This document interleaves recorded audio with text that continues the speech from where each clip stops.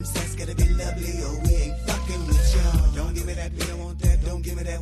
This is the Chill Factor. Chillian Thomas. I'm back.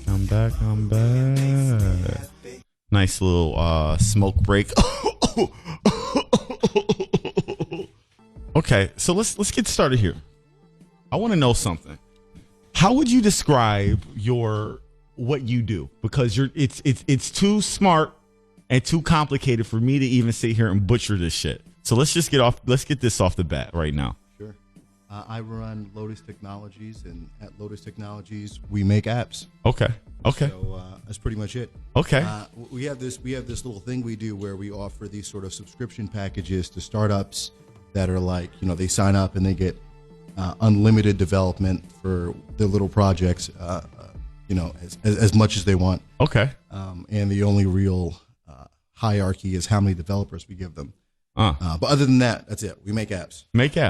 Of course, we're about to release our first formal release of an internal project, which is Hood. Yeah. Oh, I would love to know a little bit more about this, my friend, please.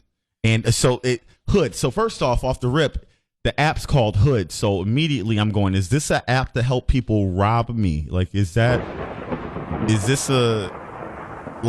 an app that helps me avoid the hoods? Or like what kind of thing? Potentially. Okay. I mean, you could definitely use it for that.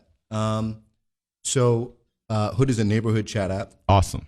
You open the app and you're in that neighborhood's chat room. Okay. And anybody using the app in that neighborhood is in that chat room. If you walk into a different neighborhood, you're in that neighborhood's chat room. Interesting. And there are different groups and things like that add context to these different group conversations. Comedians in Bushwick, for example, right? Or I don't know, Game of Thrones ending was terrible, but Game of Thrones fans. And we needed that when that Game of Thrones ending happened. We needed some place to go to where we were being able to like talk to somebody to get it off, because there was not enough outrage. It was not, it wasn't enough circles or spaces just for. And I'm black, so it's like there's very little black spaces that you can show up to and complain about, like the white Game of Thrones show not working out the way you wanted it to work out. That's true. That for me, and personally, I wanted to find some outrage in that, but anyway, so I can appreciate that. So you can actually provide like spaces for people depending on what they like in the community they're actually in. Yeah, I mean the big thing that we do is we localize the whole social media situation. Right. Everybody you're talking to is around you. Right. Every conversation you're having about a particular topic is with the group of people that are directly around you. That's interesting. And I think that'll have a really, one, we know for a fact that people enjoy it. We actually released sort of a beta version, a test version of it a couple of years ago. Mm-hmm. It was when we first made it for Pokemon Go. Okay. Because there are no actual social features on Pokemon Go. There was no way to talk to people playing the game. Okay. And of course, I'm sure when you remember when it came out, it was a huge thing. Right. Right. Everybody was outside. Everybody was meeting people. Everybody was connecting.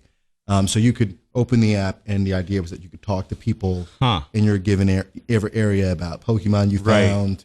Maybe you're on this team. Maybe you're on that team, etc. And it was just for fun. I just made it for fun. I made the first version of it in a day. What? Yeah. And just for fun, no money or no nothing. Just for fun. It was summer. If I made an app, that was my life project. That's what I've been spending my whole life on. If I had to make an app. Well, you do something for a while. Right. It just. That's how it is. Yeah.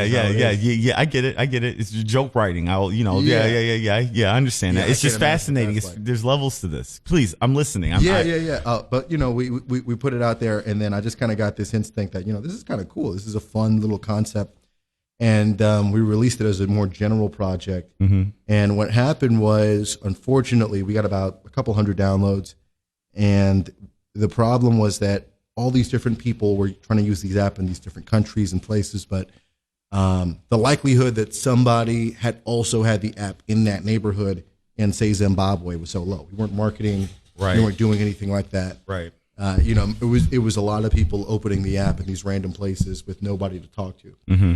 So we polished it over. We've scaled our company since then. Mm-hmm. Our main company since then. and we're re-releasing it. Wow. We're going to do a lot of stuff out here in Bushwick and in the city. What even gets a fella like yourself into app making? What's that process like? So are you always been a tech guy, always been interested in computers, or like what was your trajectory? Like what was that? I would say my first obsessions were more art, Okay. And the first things I ever did, and even a self-employed way, was selling art. Okay. I did a lot of other stuff that I was really creating art too. Yeah. Okay. I've done music and stuff like that. Same Bushwick story. Yeah. Okay. But I was really into that. Really into. I was also into competitive martial arts for a while. Okay. And I was trying to figure out something I could really, really commit to. I learned doing a bunch of stuff that, your ability to do it is really just the fuel you have when things are bad, the passion you have when you're not sure where things are gonna go, but you just love it too much to give up anyway. Right. So I actually gotten a real estate license even once, and it did not go well. Huh. And I was crying. I was like, I really know I want to get really, really passionate about something. I know there's something out there that is something I really want to do, and that there's some real scale as to what I could accomplish and impact in the world if I did it. And my grandmother, who's probably the strongest, one of the most intelligent people I know, was like, just figure out what you're going to do. If you need classes to learn about it, I'll help you out with that. But, decide what you want to do. So for some reason, I immediately knew that I wanted to get into technology. Interesting. I had never really, I'm from Brooklyn. I was born in Queens. I grew up in Canarsie. I had never met an engineer or a developer. I'd never met one. Right. I was obsessed with art, and I was obsessed. I did like the idea of business. I like the idea of, by that point I realized that the only way to do really good business was to help people at scale. And that idea really fascinated me. So I just went for it. I took a couple classes at CCNY, and then I got so passionate that I actually got way past the classes and had been taking even clients on some small projects about halfway through it. And after a couple software gigs, I joined this one company as CTO. We were called Hourcom. Okay. We were building this platform where we were going to let companies outsource their skilled labor to nonprofits. So a company like Coca-Cola maybe they have some graphic designers on hand, and they want to be doing something philanthropic and give back to the world. They could say, let those people work for free for St. Jude or something. Really? And, St. Jude would have more bandwidth. Coca-Cola would have all that positive social feedback. Right. And so goes the story. So we built that. We were part of this accelerator. We raised a little bit of money. And then I had kind of, I started asking the guy I was working with, who was the CEO, where's our sales going? What's marketing like? What progress are we making? And I kind of got these vague answers. And we had a couple more conversations like that, got the same vague answers. I resigned. Wow. Yeah. And wow. Yeah, resigned. This wasn't moving. Didn't show you enough that what you needed to see. You had to make your move. Yeah, and there is a lot of he had this sort of build it and they will come sort of mentality. And the reality is, in those early days, there's a lot of grit. There's a lot of going out there. There's a lot of wrong people. There's a lot of uncomfortable emails. There's this period of trial and error that you got to be ready to jump into, and he wasn't ready to jump into it. Okay. And a lot of people aren't. A lot of people don't know about it when they get started on that journey. Of course, yeah. But actually, when he resigned, I was actually left with the bill for the office space, because he had left the office space. Oh man. And it was, he kind of just got up and left. Literally the next day, I'd gone to the office. They weren't there. Just peace out. And I also felt bad too for leaving so suddenly. And I was trying to figure out how to pay the bill. I had no job, obviously. And I called up some of the contacts we had made till then, and took them on as clients.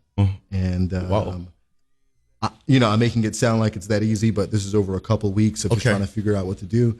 But I said, let me know what kind of projects you're doing. I'm going to do this sort of dev shop situation. That's the word for it people use. And that's how we got started. And then wait a second. So you have one of these classic stories about a person who was doing something. You're with a company, with a group. It doesn't work out. Almost in the worst way, leave you hanging. And then you got to find a way to build the blocks back up to yourself, not lose the confidence, not lose the strategy, not lose the light, the goal, where you're headed, and build and come back up yourself. Yeah. And, I think, there's this really, really cool old Native American saying I heard a long time ago. We ask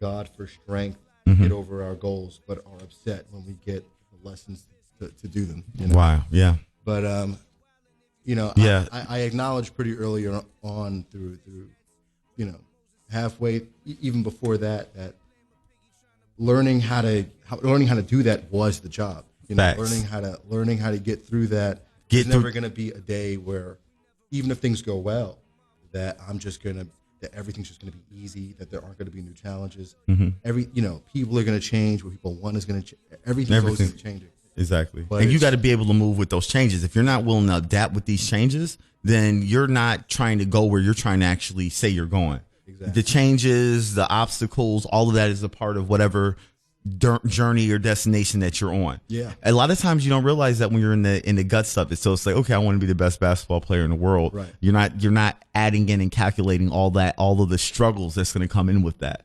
Yeah. Yeah. And to do anything to really get to that point where you understand things well enough to, gain and maintain whatever accomplishment you were looking for. It takes time. Now, being a black man, you're black, right? I am. Okay. Okay. Because my glasses prescription isn't up to date. I don't see many black people in the tech world. Do you see them? Like, did you, especially starting off, did you see anything like you? Was there any? Very few. There's very, very few, and a lot of it too is that, and I think this is the division that we see in most fields in American culture. It has to do with the fact that there are so many socioeconomic barriers to get into technology, right? I mean, very recently have people just gotten YouTube, and you can just learn about these different skills and buy these different books. But before that, you really had to do the schooling. You really had to meet the right people. And it's also something that I don't think was really interested in, right? Like, I mean, I was in NBA 2K, shit like that, but like making the apps, making the games, getting in. So it's interesting you say that. The first computer programmers were women. Wow. Yeah. And wow. The word computer is a reference to, it used to be a job. If you had some math aptitude, you could work for the military or some other organization. There were no calculators really. Wow. You could pass information. You could say, hey, we have this math problem. We need you to kind of run this information and get us some results back. And that was a job. It was a blue collar job. Wow. And then when the first computers came around, a lot of those people transitioned into those fields. And a lot of those people were women, and a lot of those women were black. What? Dossey. That's crazy. I think Taraji P. Henson was in a movie about that. What? Yeah. That I definitely didn't see it. I probably thought it was a fictional movie. I didn't have any idea.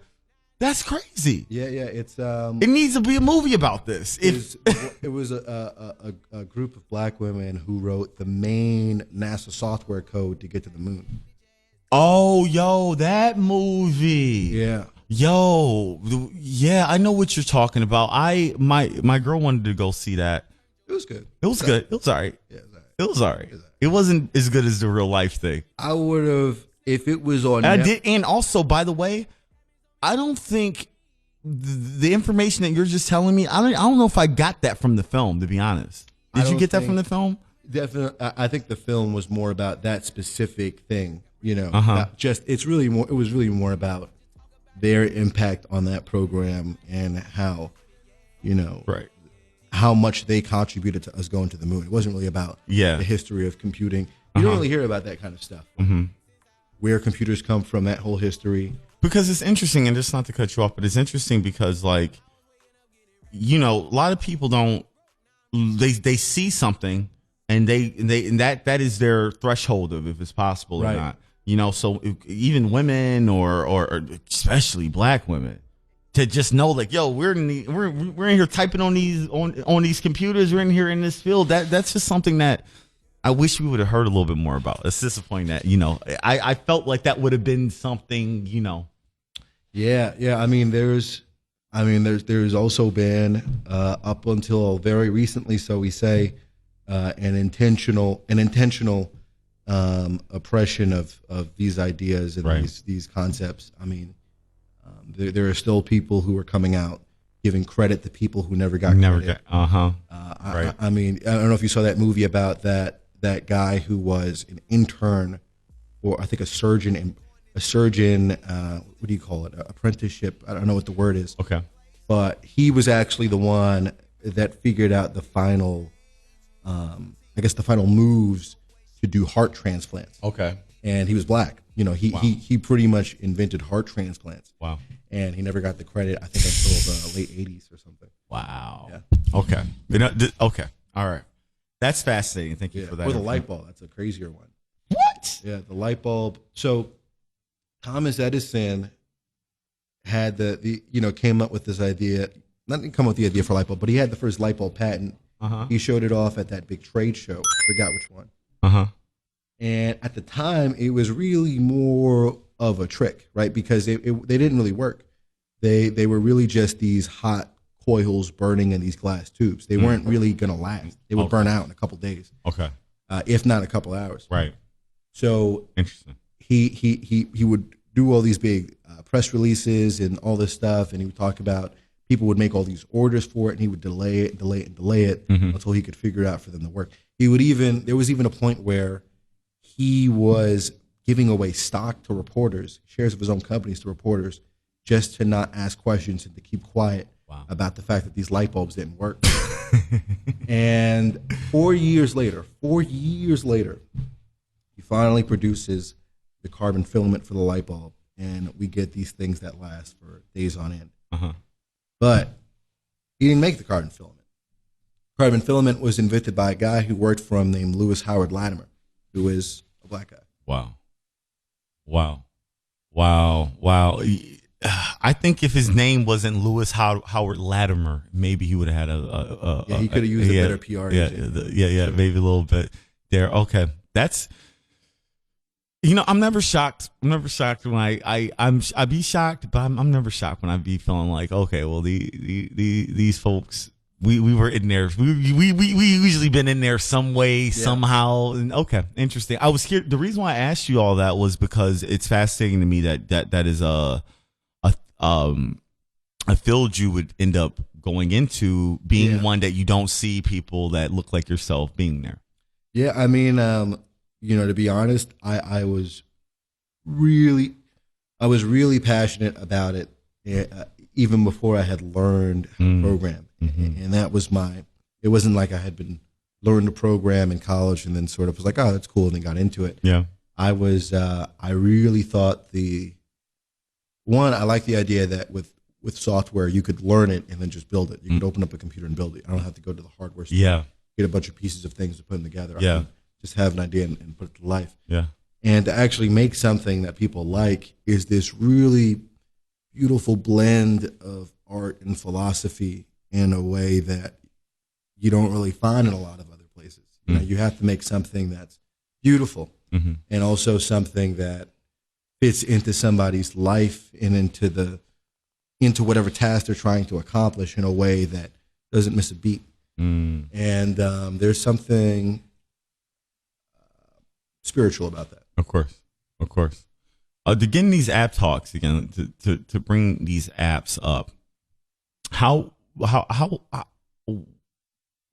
it seems like the culture is landing in a place where everybody's trying to figure out to get an app to be able to do something. You got an app that help you cook. You got an app that'll help you DJ. You got an app that help you do this shit. There's not even a human being behind this camera. It's an app that I employed to do this. Called this. Thank you, Selena. This is a real. Selena is a woman and she's a human being, and actually one of my really good friends behind the camera. But your job's gonna be replaced by an app sooner or fucking later. Somebody. You won't even need me. I won't even be here. Like, a computer or something like that. Which ways are these apps going? Like, okay, so you got Hood, which is I do believe a dope app. I think especially when it comes down to advertising and things like that, you'll be able to do. Are you thinking about it in that term, or you're just trying to? I think right now it's more important to get it out there and to make sure that people like it. Right. And to make sure that there's a real magnetism in the world for it. After that, I think that we can make it a game of scaling whatever's working, getting more people on it. Yeah. And then questions like revenue will be a lot simpler. How do people make money off the apps? Are you making them, or do you make them off advertising, or just the people? It's a great question. Yeah, of course, there's advertisements that you see in apps. Some companies sell. They're annoying as shit, man. Even with this little fucking thing, man, I can't even play it with this thing that you're hearing me push these buttons with. Not just my superpowers, but yeah, like it's rough. Yeah, it's rough. I mean, and to be honest, even a lot of the big famous apps, things you might see in the App Store that have a couple of million downloads, they have a hard time with making money too. I think even though things look glossy, and even though a lot of those companies do well in the stock market, that there is still a lot of conversations to be had on making money online from these platforms. I mean, I don't know if you saw a couple of years ago, even Twitter were trying to sell Twitter a while ago, and they couldn't. Nobody wanted to buy it. Wow. Nobody. I think they tried to get a couple. Nobody wanted to buy it. Wow.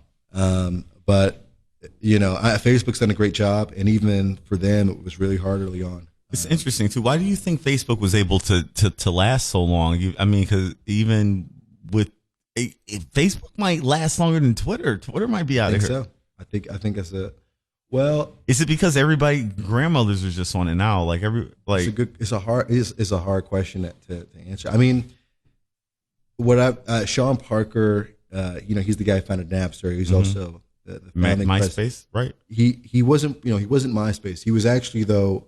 One of the Facebook guys. He's the founding president of Facebook. Tom was MySpace. That's of course. How do you forget that? I'm listening. I'm sorry. But what Sean Parker always said was that the reason that they feel like they beat MySpace was because they were managed better over time. Which sounds almost an oversimplified answer, but MySpace was sold off very, very early on, right?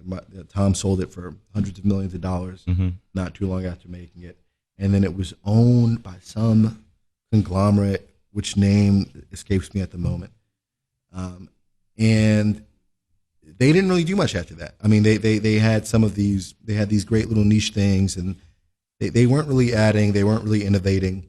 Facebook started creating these things that I think over time were just hard to beat. The news feed is a Facebook invention. Okay. Right? Okay, yeah. That was that's a Facebook invention. Right. Web-based instant messaging. Right, the fact that you can message somebody, right, like chat with them right there in the window on Facebook. Before that, there were these desktop apps, AIM, Uvu. Remember those things? Yeah, that was the alternative. Right. And I think that there's something to be said about the rate of iteration Facebook does in these new features. How many features on Facebook are they testing right now that they might throw away tomorrow? Right. They're very aggressive about that. Let me ask you this question, just because you brought up the messaging apps and stuff like that, because now you can call somebody. Yeah. Over the internet. Yeah. How does that even work? Like, what's the difference between that and the cell phone signal at this point? Like, what is the difference between the internet signal and the cell phone signal? That's a great question. Especially now that I can just make a phone call off of that. And is it even going to be necessary if you're able to do this shit through the internet? So the short answer is that they're technically the same thing, right? That they both work. They're both radio frequencies at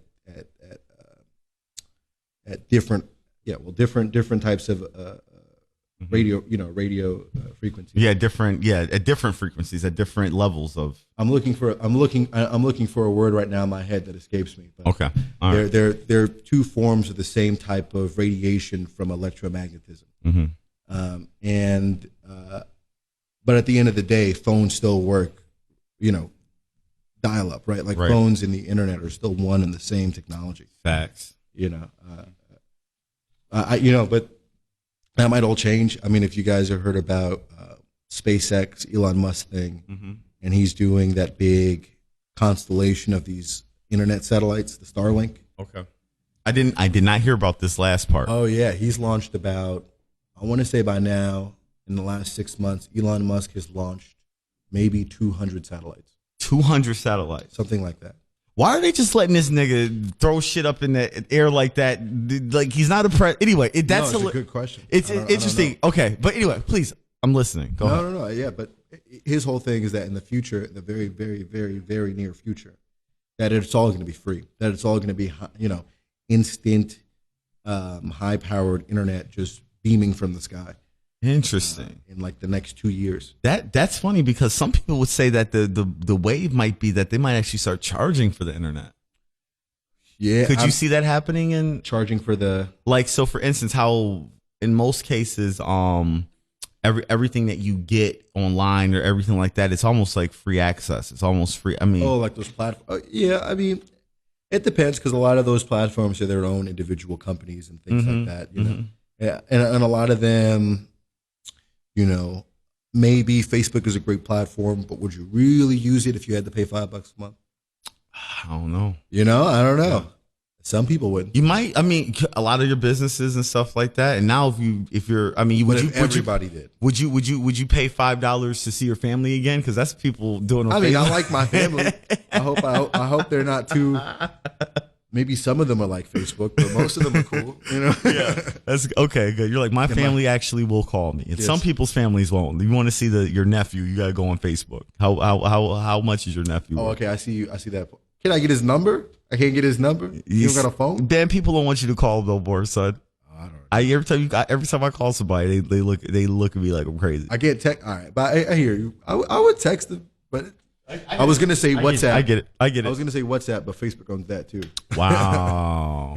Okay. There's no law of monopoly anymore. They can just own whatever you. That's a very good point to bring up. They also own Instagram, yeah, which is they own Instagram. Yeah. So okay, let me ask you this: since you're a tech guy, when it comes into technology, and when it comes into privacy, how much do you know about that, and how concerned do we got to be when it comes to that? I actually, over the summer, the big project we did at Lotus was developing a set of technology that allowed people to send their DNA to the blockchain so that big pharma companies couldn't buy and sell them without oversight.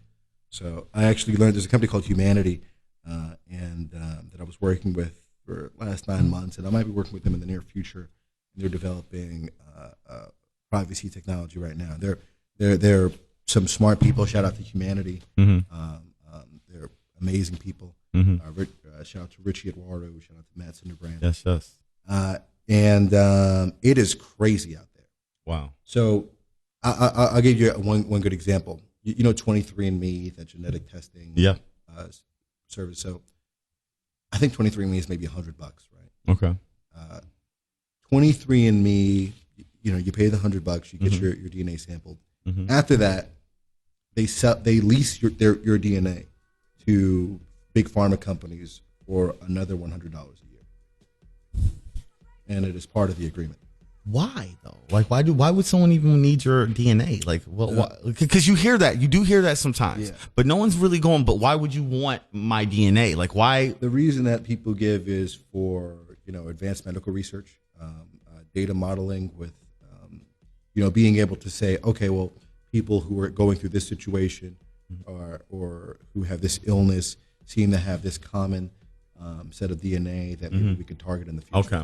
That's what they say. It's not for cloning or anything. There's not because I'm afraid. I mean, you could just make the call and get the DNA. Who's to say? You could. My God, like that. I mean, come on. It's like, okay, like my address, my email account, my phone number, and then they'll skip and go your DNA. It's like, Jesus Christ. Yeah, maybe they got your memories too. Dossey, they got because you're a tech guy and they're trying to figure out some way to download our memories into these fucking machines right here. Yeah, I mean, I wouldn't be surprised. I was, I had this one moment the other day where I dropped like a safety pin on my phone and it was like magnetically stuck to it. And I didn't realize how magnetic it was. Right. And, the new iPhones that are coming out have these microchips in them that can handle machine learning, right, which is very, very, very, very, very, very heavy data processing. And did you say machine learning? Yeah. Okay. So machine learning it's also right now sort of a word people use in exchange with the word AI. But machine learning is usually when you just have a large set of data and you create an algorithm based on that data that can classify something about it, right? Okay. Like you have a bunch of pictures, you want to know which one of these is an apple, which one of these is a pear. Right. And it's not doing that based on you coding it a certain way. You have a bunch of data, some pictures of apples, some pictures of bananas, and you say this is this and this is that. And over time, it creates its own algorithm that can do that on its own. Right. And the more data you give it, the better it gets. But that's how it works. And the new iPhones, which are the size of, not too much bigger than Metro cards, will be able to do that like at scale. Like that. Yeah. Wow. Which is crazy. It's crazy. So who knows? Who knows what it could do? Are we going to probably see everything in the room, know who everybody is? Yeah. Are we going to get to a point where the machines are smart? I was going to ask if we're going to get to a point, but we are at the point where machines are smarter than humans, for sure. For sure. For sure. For sure. I mean, look, that's what these whole election scandals are about, right? These ads making everybody vote for whoever they want to vote for, Yeah. Oh my God. The ads have got us. All right. So where are we going in the future, man? Where are these apps going? Where's your company going?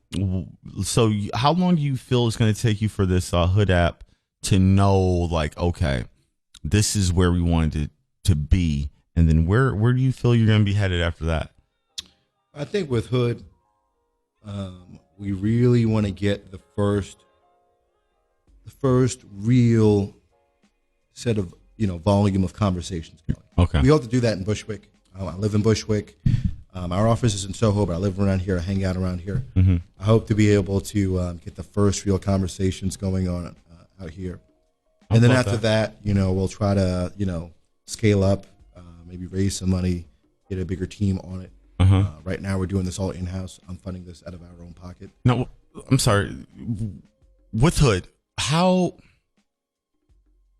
important do you think it is to have the community like connected like that versus like, right now you go on the chat room and, you can be in Michigan and you can be in New York, but you're trying to get one that's your Hood is more synchronized to the neighborhood. So what is the importance of that? Well, I would say generally when you're looking to communicate with somebody in real life, obviously you hope that they're close. Right. The whole basis of most of these dating apps is that you're connecting with people who are around you. Exactly. Right. And I mean, even in that, there are people who use those dating apps to make friends. Yeah. And especially when it don't work out. Right. True. It's like, I'm not going to get laid. But always plan B. Yeah, it's plan B. Friendship, being a friend is usually plan B. Yeah. No, I'm listening. Yeah, go ahead. No, but yeah, and of course that situation exists because there's no real alternative, right? There's no way to meet people around you platonically just if exactly. We all want to do. That's all we all want to do. Yeah. Okay. So I think that it doesn't seem obvious because there's nothing right now that does it. But we were able to see with the downloads that we got, with the traction that we got, with the way that people were using it before, that this is something that people definitely want. Yeah. And if we can give them a community to talk to initially by focusing on one neighborhood, that we're confident that we'll see something there. I love it, especially in the time now where people are not they're not doing a lot of the social stuff physically.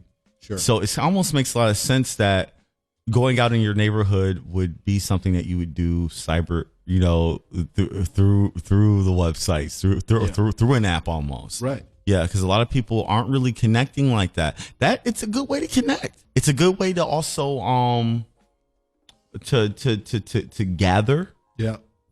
To really get community discussions going on, and a lot of things is community for everywhere's community first. Oh yeah, and if you wanted to reach out to, I'll tell you something funny. One of the first things that happened on Hood when we released it before, sort of the super test version of it, was somebody in Flatbush saying, "Hey, does anybody have any weed?" That was the first thing.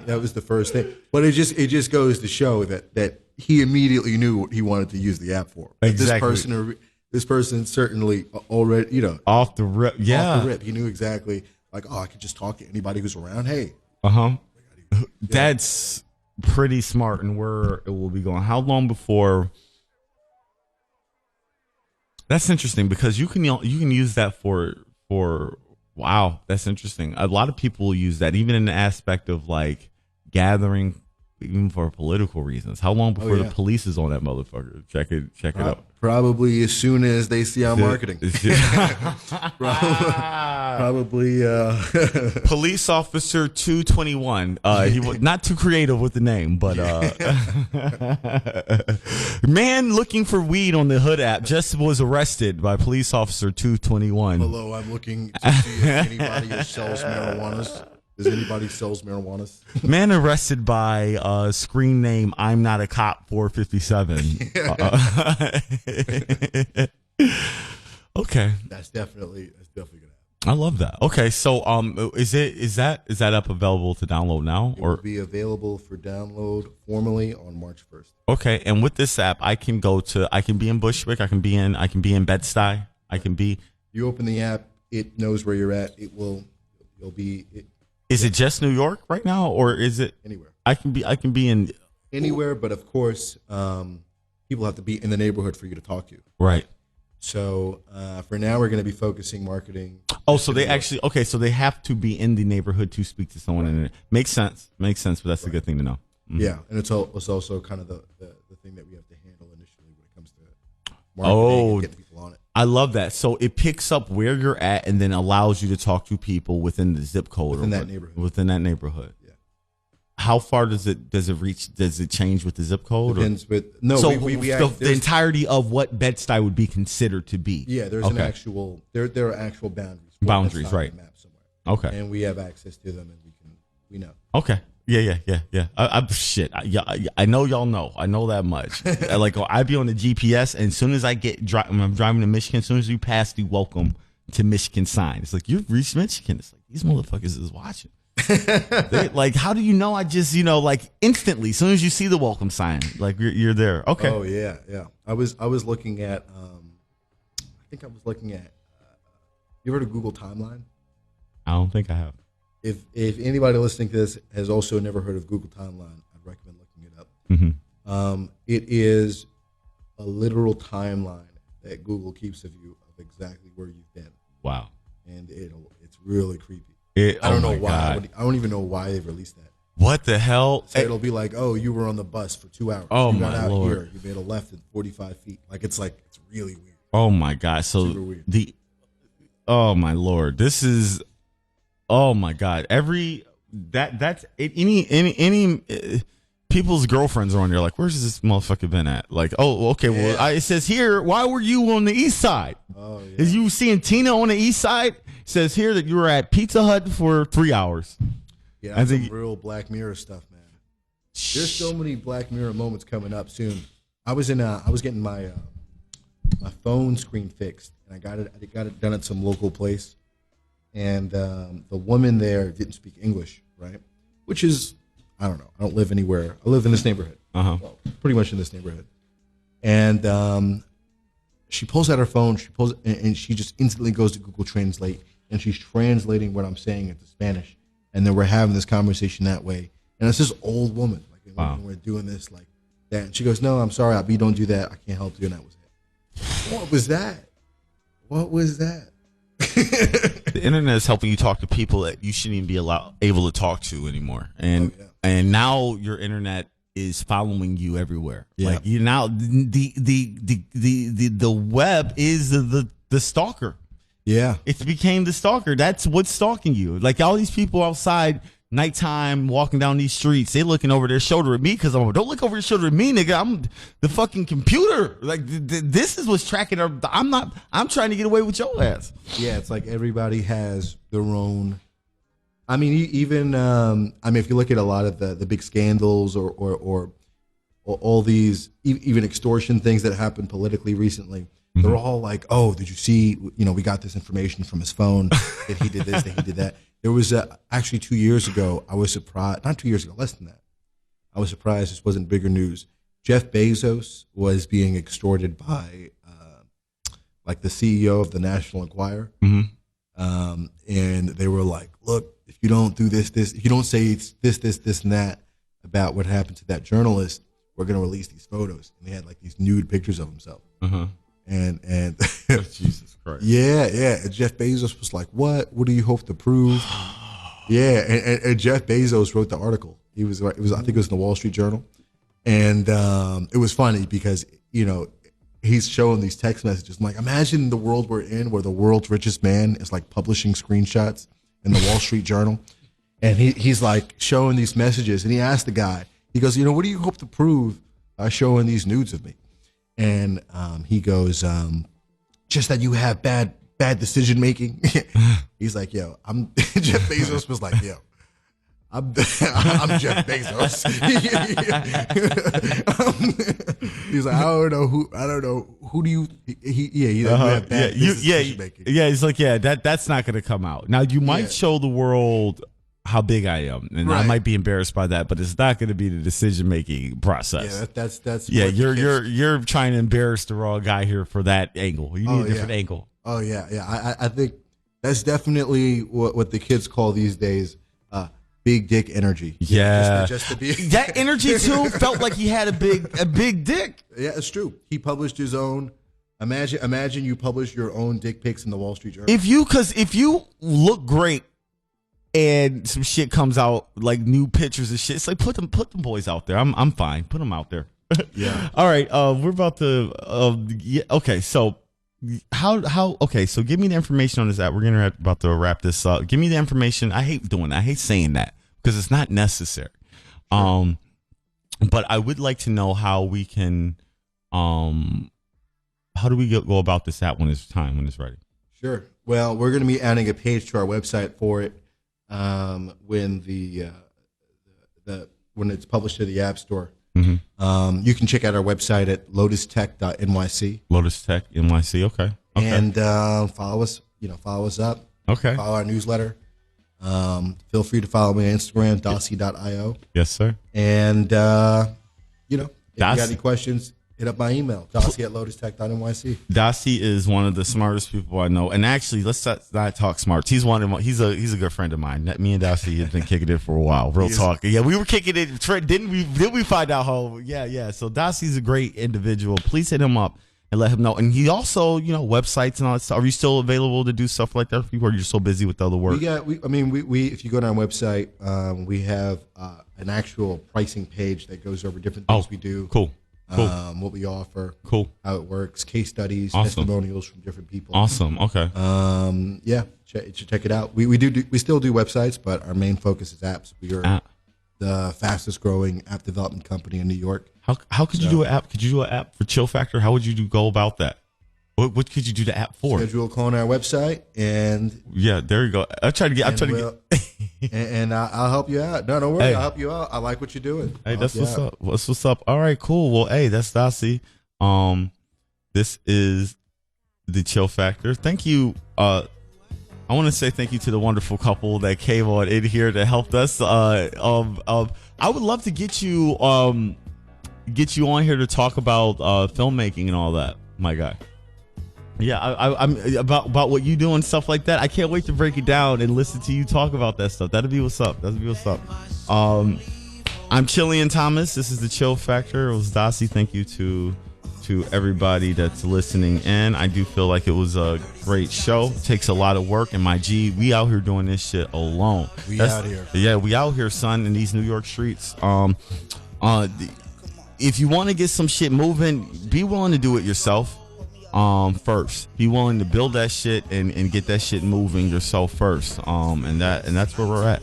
For sure. Much love, peace. Remember, God loves you. That's the name of this song. I probably found the greasiest song with that, but it seems like a good intro or outro to leave it. So I've been twerking with that. Yeah. So this is the Chill Factor. We love you. God loves you. All of that stuff. And when I say God, I mean like the universe, everybody. Yeah, I don't even really mean God. To be honest, I'm just talking. The song is God loves you, and I just I'm being silly. All right, this is the Chill Factor. Please hit us up. We love you. We're out. Peace. All my shortcomings taught us all something. Since the days of cross colors, I still fuck with all my That was fun. Niggas throwing saw, but what's that for? The warmongers. But now we up and scuffing Porsche bumpers. When we was younger hustling, I wore the Dunkins, Timberland construction. Now my bitches get that Brazilian butt lift. Baby, this veil, this ain't no chicken cutlet on no fuck shit. Tree and cuts on my wrist.